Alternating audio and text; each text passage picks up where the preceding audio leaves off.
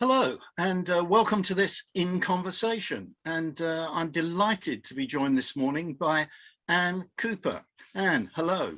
Hello. Let me just say, Anne is Yes. chair of the Farnham Theatre Association, and there might be a bit of a clue in that name of what we are going to discuss this morning. So, Anne, welcome. I hope you're well, and thank you for joining me in this conversation. Well, thank you very much, Richard. I'm delighted to have this opportunity. It's great. Yes, I'm feeling fine, and yeah. So clearly, I'm looking forward to talking about, and I'll hold it up here. What I've got. Thank you. I've got the book called. Let me just look at it. A Tale of Two Theatres, compiled by Anne Cooper. So I'm interested in getting into this story. But first, let me just start with you, if I may, a little bit about you. I mean, how long have you been living in Farnham? Are you a long-term Farnham resident? Well, yes, pretty long term. David and I moved here in 1965. Right. Yes, he was taking up a position as a lecturer at the art school. And yes, I came along too. Well, as I said, our subject really, I'm sure that I'm interested in learning about is the Farnham Theatres. And it's a subject that I think some listening to our chat this morning will know something about, but I suspect that many may not know about the Farnham Theatres. So let me start with your role as chair of the Farnham Theatre Association. Is theatre something you've always been interested in? Well, indeed, yes. It started really when I was having difficulties at school and found theatre was the one thing I felt comfortable in and wanted to pursue. But alas, it wasn't possible. What was that, on stage or in the background? Well, in any way whatsoever. I just loved it, the whole thing. Unfortunately, for family reasons, I wasn't able to pursue that at all. But my involvement in Farnham has really been built out of years of frustration with not being able to participate. By the time I was free to get involved in, indeed even to visit theatre for various health and family reasons, I found the Red Grave had closed. So that was so frustrating. I'm picking up some regrets here. You weren't able to get involved earlier, and when you were able to, exactly. The main theatre in Farnham had closed. But if you moved here in '65, I mean, that was in the era still of the rather active Castle Theatre, wasn't it? Oh, it was, yes, indeed. I mean, that was the first thing I did. I tried to find work there, but they had no opportunities at all. And indeed, I ended up finding a job as a dresser at the Yvonne Arnault Theatre for a couple of years, which was incredible, until health and family reasons prevented me from carrying on, even though I could have taken up a position as joint wardrobe mistress, but all that had to go. So anyway, I had to bottle it all up again and wait till... Well, here you are, compiled by Anne Cooper, A Tale of Two Theatres. So you've used your interest very productively, at least at this stage, because this was published in 2020, this book. But let me go back a bit further, because not many people will know there's been a very strong theatre tradition in Farnham, hasn't there? Even back, centuries. But it really started, I suppose, in what, 1939, about then? Well, I'd uncovered a little bit of earlier history and produced another sort of very slim booklet about a semi-professional company operating in Church House. And that really provided a workforce backstage for the Castle Theatre after the war, and also an audience who had already got primed to want professional theatre. So by the time 39 came along. Right. Yeah. So, I mean, I remember my wife, who's been a long-term resident of Farnham herself, used to talk to me probably when we were sitting in Zizi's that this used to be the Castle Theatre. So it was an extremely small venue, because it is now Zizi's, the pizza and Italian restaurant, isn't it? Yes, that's right. Yes, it was incredibly cramped. Quite dangerous, I believe, for actors for access reasons. Yes, it was quite difficult to work in, and indeed for people in the audience. Yes, but it grew with tremendous popularity and got actually fairly well known nationally as being producing really high class performances. But surely there wasn't enough stage or backstage space in because it was originally a barn, wasn't it? As you can still see, converted as it is now. Yes, exactly. I mean, it was all incredibly cramped, and indeed they did use Church House, I believe, for some purposes when it was possible, for rehearsal, and indeed even performances when the Castle Theatre roof was leaking. So yeah. Well, it created a pretty intimate atmosphere, didn't it? I mean, you know, between the audience and the performers. That was what was so special about it, and people did appreciate that, and audiences grew to such a pitch, of course, that eventually they realised that they must have a bigger theatre to accommodate all the people who wanted to see things. When you say they, who was the they in those days? Well, it was the Farnham. I mean, we started off, I just would go back over the history, because it started off with the English classical players who had visited Farnham after the war, escaping Europe. They'd been touring in Europe, and they stopped in Farnham and thought, this is a lovely place, and they got the barn and they started the theatre there, but it was known as the Playhouse. And then the war obviously stopped everything until much later. And then when the war had finished, then it was started again by the Farnham Repertory Theatre Company. And eventually that became the Farnham Repertory Theatre Trust, which was in a position then to develop a new theatre. So these were travelling players. They ended up in Farnham. There was this barn venue. It became this intimate Farnham Theatre, known originally as the Playhouse and then Castle Theatre. I think I've got the history somewhat correct there. How many did it seat? What was the audience size? I think this was about 160, as far as I can remember. I'm sorry, figures are always float off my memory bank. No, but I mean, we're talking less than 200, certainly. Oh, yes, absolutely. Excuse me. So you mentioned repertory, and of course there was a great repertory tradition and movement in the country at that time, wasn't there? After the Second World War. I mean, this is how actors got into their profession by and large. And indeed, I think at the time after the war, the government were very aware that this must be encouraged, that people needed entertainment and needed, theatres. So a lot of support was given by the government for backing repertory, and for, indeed, by the time we got to the 60s, investing in new buildings, new theatres, which is how Farnham managed to get its theatre. So this was direct grant? Generous, yes. Direct grant and subsidy?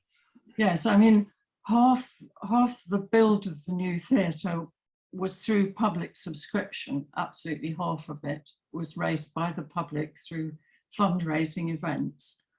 And the other half was filled, a large proportion, by the Arts Council, and indeed charitable trusts put in money. And obviously later there was sponsorship from companies and so forth. Yeah. So. I mean, it's interesting, and certainly, you look at the companies that were sponsoring, the Herald crops up and others. But I mean, if you look at 150 seat theatre, it's difficult to see how that, you know, could be financially successful? Was it reliant on the subsidy to make it work? Because these were professional actors, full-time actors, and other staff, weren't they? Obviously, it didn't. The castle didn't have any subsidy Really? until much late. Well, eventually, the Arts Council began to support what they could see was a going concern. So they would have given grants to help them along. Were they restricted in? They must have been restricted in the sort of program they could produce, given the size of the venue. I think I read, maybe it's in this book, that they were putting on Shakespeare. Were they putting on musicals as well, or certainly fairly large productions? Not obviously not huge productions. Not My Fair Lady. Yeah. No. I mean, those had to wait until they had the new theatre, but they certainly did do Shakespeare. I mean, I do remember going to see Twelfth Night there. So yeah, they definitely did Shakespeare. So here they are, successful. Repertory itself is presumably quite vibrant, and they were outgrowing that location. So that movement in the end of the 60s was about, we need a bigger venue. Yes. So how did they find the bigger venue, which ended up being Brightwell's? But take us through some of that history. Well, obviously the first place they looked at was the Maltings, and they brought theatre consultancy along to have a look at it, and it was assessed very thoroughly. And it was decreed impossible to create a new theatre there without demolishing most of it and rebuilding it. I mean, let's remember that the Maltings was a Maltings. It wasn't built as a community venue at all. So it was a specific building for a specific purpose, which didn't convert easily to the kind of venue that the theatre company were looking for. Was that being a bit over prescriptive? Was there a view that you needed a specific purpose-built venue? Could they have used the Maltings? I mean, I say that now because of the Maltings itself, you know, as a major cultural venue. Well, it couldn't have provided what was needed. Obviously, their reputation had been built on repertory theatre. And also they had built their audiences through this intimate atmosphere. This was what people liked, and you couldn't convert that easily into the Maltings building. That was not possible. Right. Acoustic for the spoken voice was what they were looking for.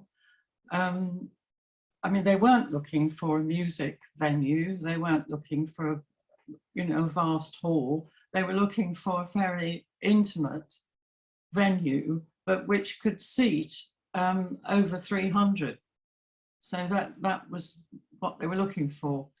So this purpose-built theatre as an idea came along off the back of the Castle Theatre success story, which was going to double the capacity. It took it to a different position. How did Brightwell's house, an old house dating from what, the 1790s, something like that, start to come into the picture, and the fundraising, which you've already mentioned, get underway for a new build theatre on the back of Brightwell's house, effectively? Yeah. Well, at the time, obviously the town council, which was Farnham Urban District Council, they were obviously hugely supportive of this idea.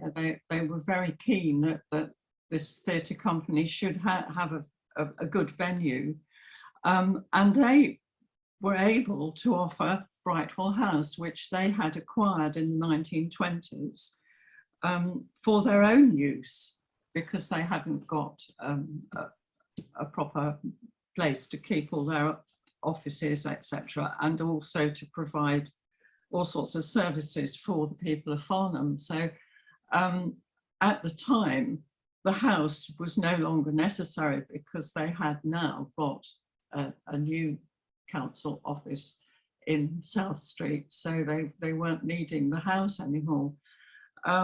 and they actually offered it very generously at a peppercorn rent to the theatre company if it could be used. So, and I think very interestingly, one of the founder members I know was Sir John Verney, and that coincided at the time when he was busy encouraging the town to preserve old buildings and not to demolish them. And the Farnham Buildings Preservation Trust was formed, and we're working along those lines. So I think I can see, because he was a councillor at the time, I think his voice, excuse me, was very prominent in saying, well, let's save this house, because otherwise I think it could have been demolished altogether. So that's how it was offered to the theatre company. You've referred to the theatre company a number of times. This was a specific company or trust? It was the trust, the Farnham Repertory Theatre Trust, right? Who were responsible for taking on the building. And the Repertory Theatre Company were the performing people who went in and did the actual plays.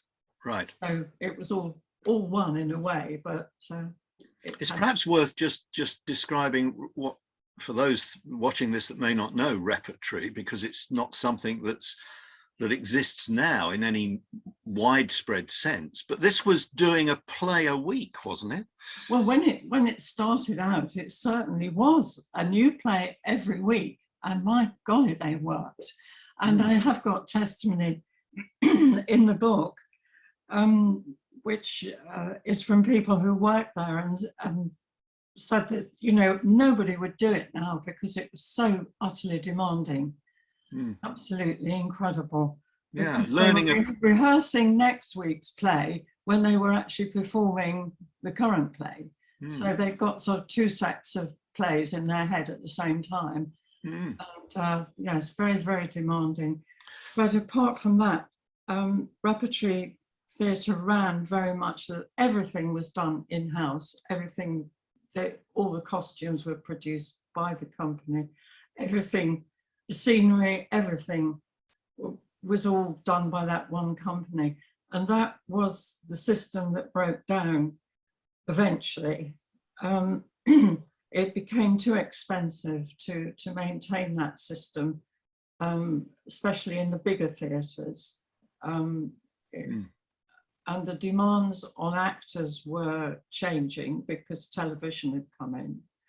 And I think that was probably one of the main reasons why, well, it contributed to the closure of repertory theatres, and why the Arts Council decided that they could no longer support these companies.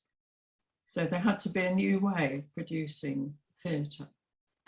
So 1974 or thereabouts, fundraising from the community has taken place together with other support. I think what, 2.6 million in current terms was raised for the building of the Redgrave Theatre. Is that right? So yes, tremendous support from the community. Yes, absolutely. And of course, there was some fantastic people backing it. I mean, obviously Princess Margaret was the biggest name that they acquired, because she was definitely supportive in her presence at fundraising events here and there, and was very keen to see it move forward. And yes, all sorts of very famous actors were backing it. I would say we mentioned Dame Judi Dench, where she wasn't a dame then, she was only a young actress, but she was a founder member.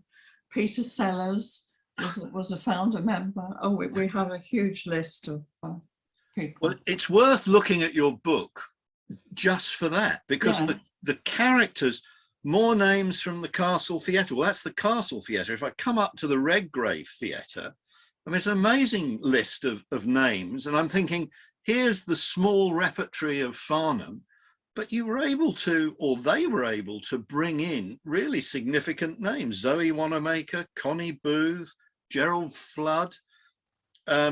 Well, you know, Gerald Flood particularly, he was one of the prime actors and part of the Castle Theatre who he lived locally, and you know, he was there nearly all the time. Jeremy Hardy, Rula Lenska, you know, I mean, we go on and on. I mean, a tremendous list of names. I don't know whether you could, exactly. You know, of well-known names of people that were involved. So it opened 350, 400 seats in the new theatre. Yes. Was it successful through the 70s and the 80s? Oh, wow, absolutely. In fact, I'm going to give you a quote. Oh, good. I hope you don't mind. From Hansard. Hansard? Hansard, the Houses of Parliament. Yeah. Richard Luce, Arts Minister to Virginia Bottomley on the 7th of March, 1988. The Redgrave is a model. It raised 67% of its resources from the private sector, largely through the box office, but also through sponsorship. My honourable friend is right to say that it is the most productive of all repertory theatres in Britain. It is a very fine model for other theatres. So there we have what was happening in Farnham. I mean, that's fantastic. I mean, I said at the beginning that, you know, Farnham has this heritage of theatre and successful theatre, successful repertory during its time, and that sort of sums it up. We're talking about the 80s there, so I guess that now brings us to the declining years of the Redgrave Theatre. If it was successful, what led to its decline? Well, I think we've already touched on it. It was the decline of repertory and the way productions were funded. It was becoming obviously far, far too expensive for a theatre company to produce all the costumes and the sets and scenery. And there had to be a different way of doing it. So again, I'm going to quote another thing, it's all in the book, from the newspaper The Independent, November 1994. Some of Britain's leading regional theatres have decided to close for long periods next year because they're running out of cash. 3 theatres, the Salisbury Playhouse, Cheltenham Everyman and the Farnham Redgrave, have informed the Arts Council that financial difficulties have forced them to curtail their planned programmes. The Independent also listed the Exeter Northcott, the Royal Shakespeare Company, Birmingham Rep, Harrogate Theatre and the Liverpool Playhouse as all having financial deficits. And I have had to add, I'm afraid the only one of those theatres that has closed permanently was the Redgrave. Yeah, and I think that is an interesting codicil to that, because Yes. I mean, I know some of those theatres. So the business model for live theatre fundamentally had shifted late 80s through the 90s. Was this, can you place criticism at the Redgrave management or the repertory or theatre company for failing to address, like some of those other theatres have addressed, that change in the business model? Was it too stuck in its ways, Anne? I don't think it was as clear cut as that. I mean, there have been some comments about they were trying to be too big and too successful and get their shows into the West End, and too much money was being spent. And I think that's probably quite valid. But I do know that they had employed consultancies to look at how a different model could be employed to make it run more successfully. And I think by that time, we haven't really touched on, I'm afraid, that the local council, which of course was no longer the Farnham Urban District Council, it was by then subsumed into Waverley Borough Council, which had it wasn't a Farnham-centred borough. You know, the centre was way out in Godalming. And I think the thinking was not quite the same. So when it came to looking at a different way of running the theatre, I think they sort of took the message and said yes, but weren't prepared to go the whole hog, which was being suggested, which would have meant, I think, further investment, and decided, I think, to go down a slightly, I would hate to say it, slightly down market end of a way of handling it. So presumably they were trying to grapple with restoring, you know, bums on seats, restoring the audience numbers that had been one of the traditional strengths of the Redgrave, because audiences were in decline by the 90s, weren't they? Yes, but you see, all these other theatres were all facing the same problem. Yeah. And I think it has to be said that they did have probably councils which were prepared to put in further investment to build a different model of operating. And I think what happened in Farnham was a different model was tried, but very unsuccessfully, and it collapsed very quickly. Does the Maltings feature in this? You know, the Maltings was saved, the Maltings was developed. Was the Maltings a competitor to what the Redgrave was offering? Oh, never a competitor, no. I mean, the two enterprises ran very successfully. Again, huge credit to the public in Farnham who'd supported both enterprises. No, they never ran in competition, and indeed there was no reason why they ever should, because art centres, well, it wasn't an art centre at that time, but it has become an art centre. They often run hand in hand with theatres in most cities and towns all over the country. I want to come to where we are now and the challenges of the 2000s, but I understand that its decline was quite quick, in that I think by 1996 it was not operating full time, or closed for a period, which I think you've referred to. Yes. But then it closed finally, and albeit now we can say permanently, in 1999. Yes, well, I mean, again, I have this is in the book. I've managed to find on the internet a very interesting clip, again from the Independent newspaper of 1996, a quote from the South East Arts Chief Executive, Chris Cooper, who said, "The Redgrave is a training ground for the very talented who are going to take over Hollywood in 10 years' time.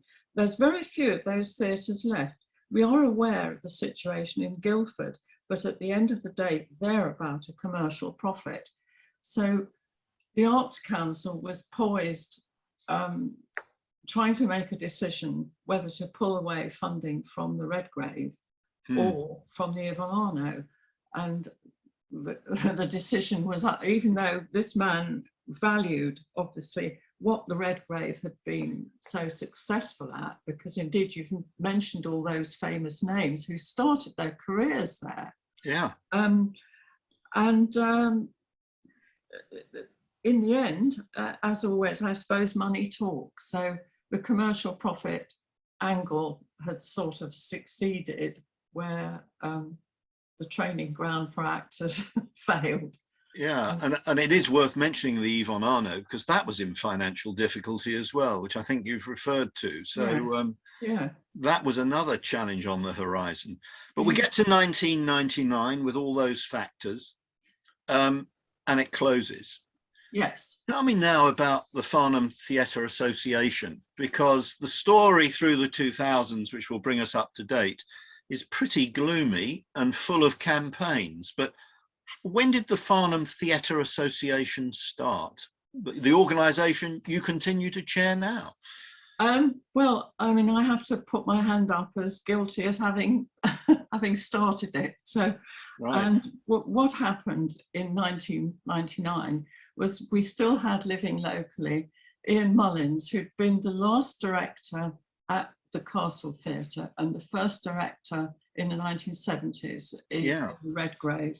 And he remained absolutely furious and livid about what had happened to his theatre. He regarded it as his theatre. and he was determined to try and persuade the council to reopen it, save it.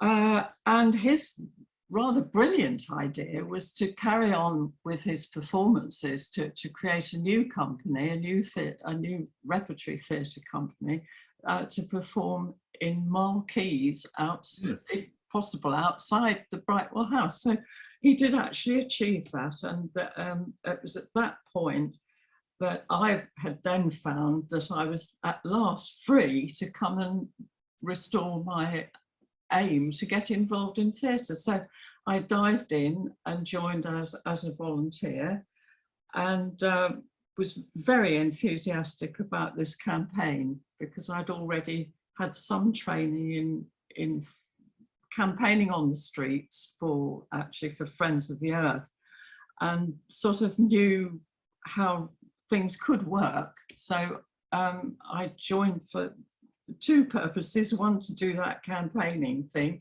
and the other was to actually try and get involved myself in production. So and it grew out of the theatre. Yes, the Theatre Association, of course, grew out of that because Ian eventually retired and went to live in New Zealand, which still left us with the campaign to run.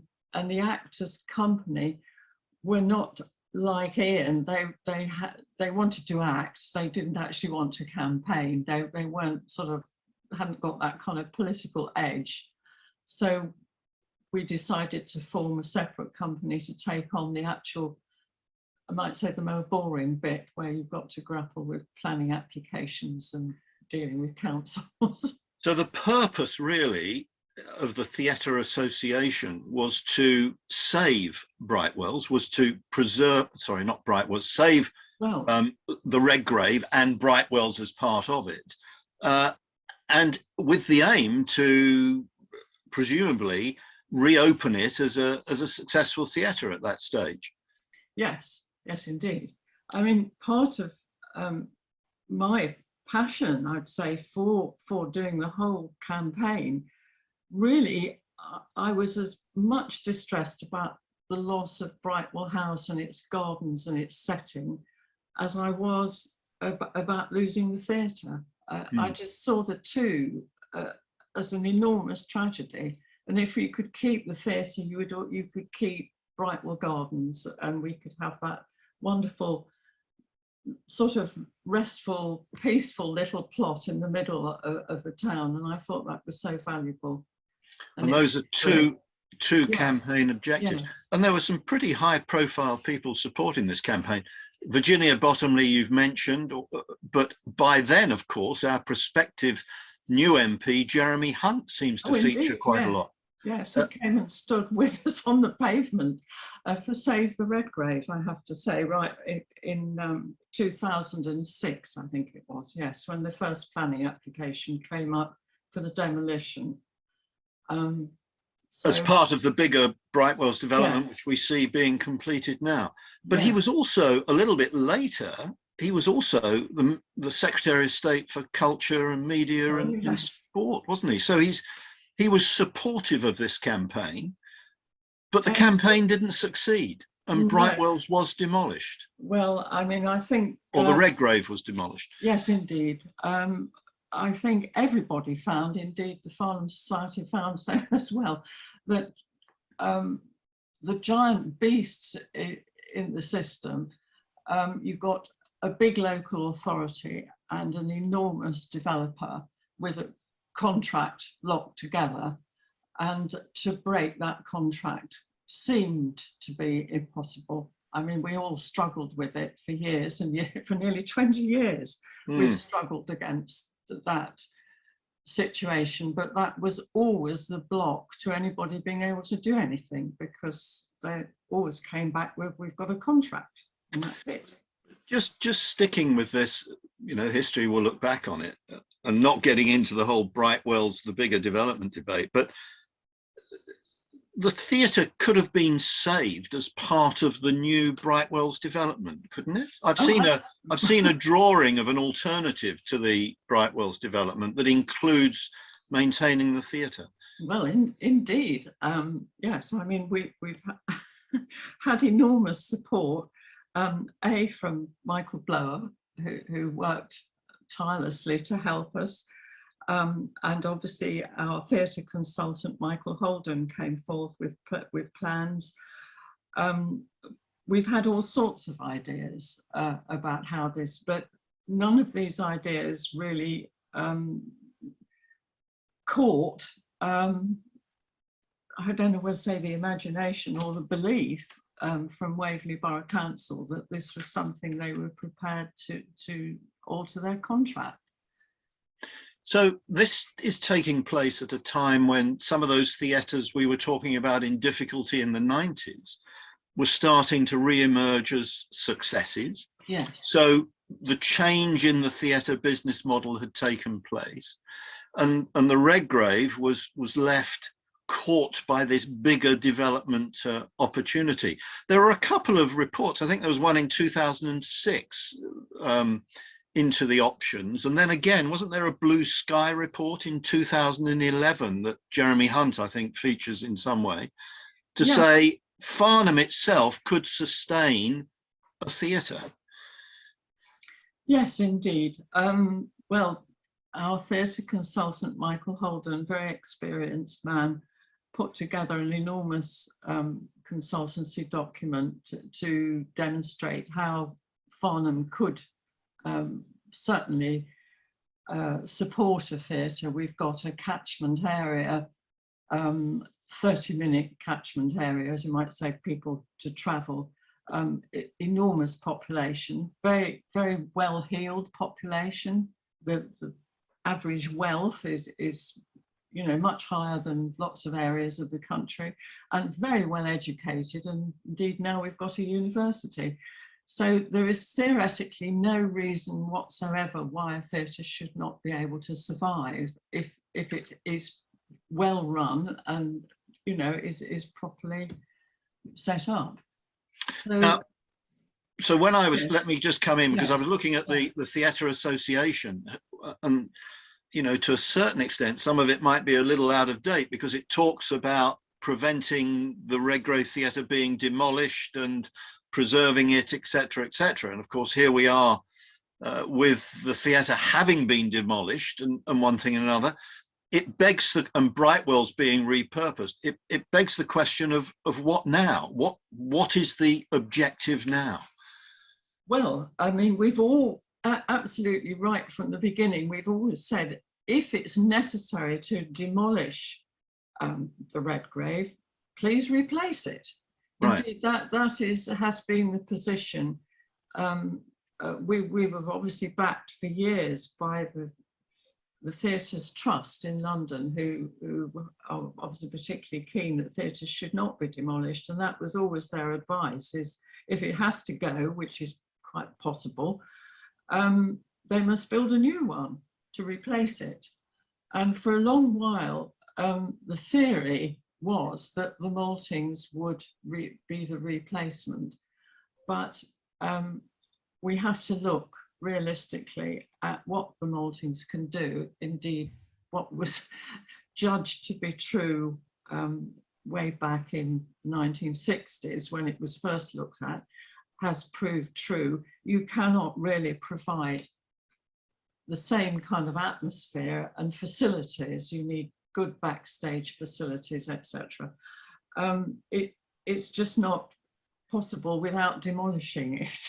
Well, You know, well, what about the new theatre at Weydon School, the Minerva Theatre? Has that made a difference to the case, or how do you see that? Well, school theatres, wonderful as they are for the children who can attend those schools, gives them lots of opportunities to explore drama for themselves. But for public use, it's very, very complicated because you can only use it obviously during holidays. And even then, there are safeguarding issues which make it quite difficult.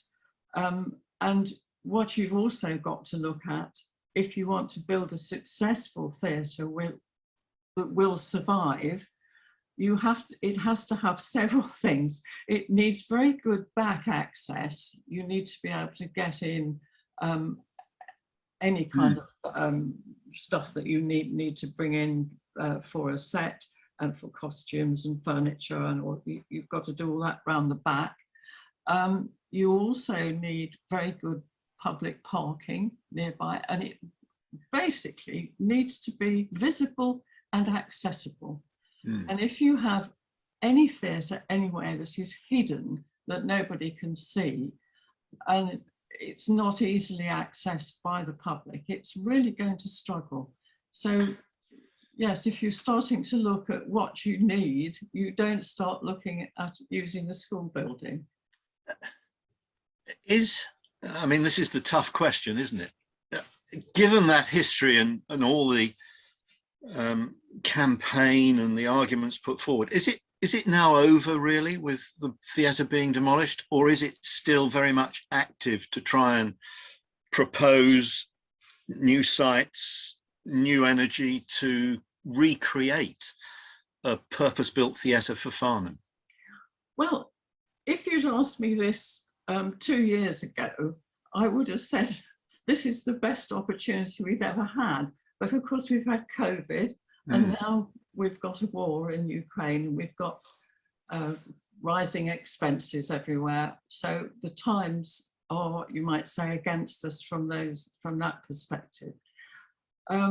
Prior to COVID, things were looking extremely promising because we had a different attitude from the Borough Council and a different attitude from the Town Council. We had great support for building Farnham's future and trying to get, more activity on the streets, because retail, as we all know, is declining, and the government itself is saying it wants lots of things for the public to do on high streets, to bring them in so that they can use the shops and get a lively retail environment. And we were very excited about this because we could see that the ideal situation for Farnham, in our view, would be a site, if it became available, just off West Street, because that area of the town will desperately need something to bring people in. Otherwise, we're going to have all the attention on the east side, and all the commerce is going to be down there, and we could end up with a sort of residential, quiet area on the west side. So that was an idea which really gripped both councils, that this was good thinking. And it's still, the idea is still there, but of course, plus COVID and plus a war in Ukraine, we're obviously backpedaling a bit now. We've got to sit back.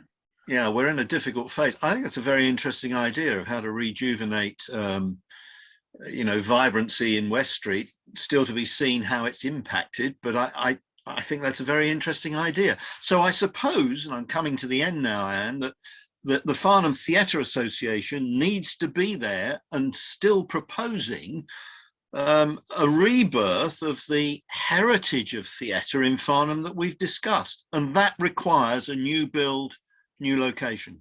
Well, that's our belief anyway. As far as keeping the history alive, we're very, very keen on that we can in some way restore the reputation of professional theatre in Farnham, because we did feel that it has suffered hugely over the move to remove the red grave and try and get people to forget it had ever been there.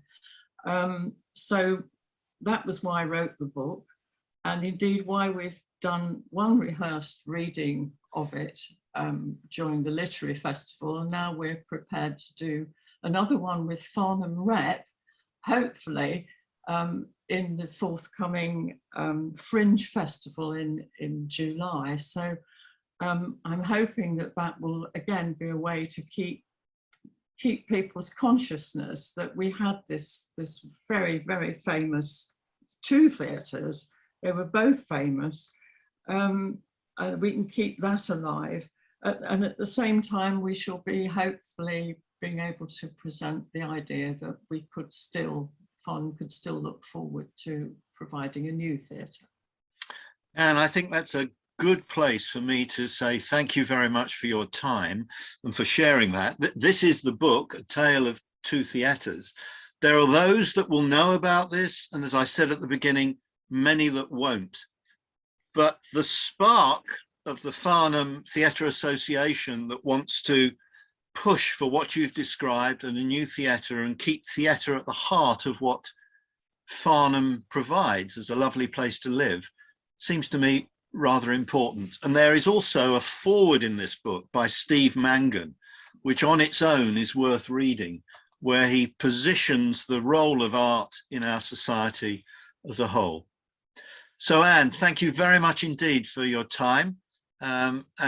Anybody watching this conversation that wants to get involved, it would be a very good place to give some time to the heritage of theatre in Farnham.